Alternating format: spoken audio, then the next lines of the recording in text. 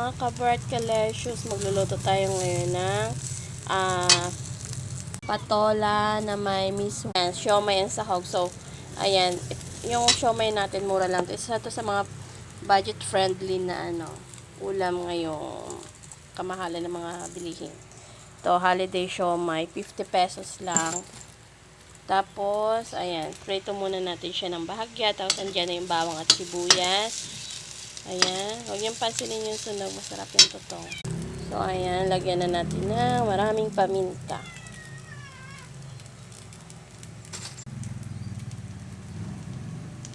So, lagyan na natin yung patola. Bago kasi yung patola. Mura lang din ang patola ngayon, 50 pesos lang kilo. So, mga 3 pirasong patola. Mga ang budget nito ay mga nasa 120. Ay, hindi. Wala pa. Mga 100 lang. Kasi 3 pirasong patola lang ito. Mga lang to. Mga 30 pesos lang yata ito. 30 pesos lang. Lagyan na natin yung sabaw.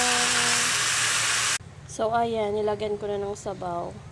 Yung sabaw na nilagay ko dito, tamang-tama lang. Yung sakto lang siya na Kasi, itong patola, nagtutubig pa to. So, mas masarap kasi na yung, mas na-appreciate mo yung natural na lasa tsaka aroma ng patola.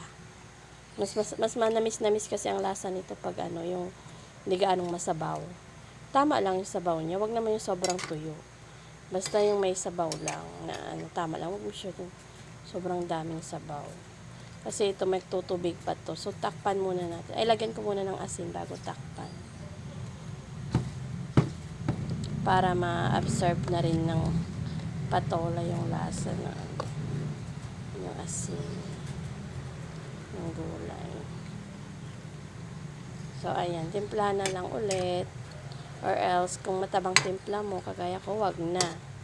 Kasi, maalat-alat naman yung itong miswa medyo maalat-alat to So, ayan, luto na yung patola natin. So, ilagay na natin ang miswa.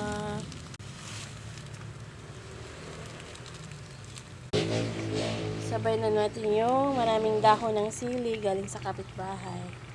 Hindi, joke. Galing sa tanim namin. So, ayan na. May malunggay naman kami kaso ang dami namin dahon ng sili kaya mas mabuti na ito yung gamitin. Charot, luto na siya.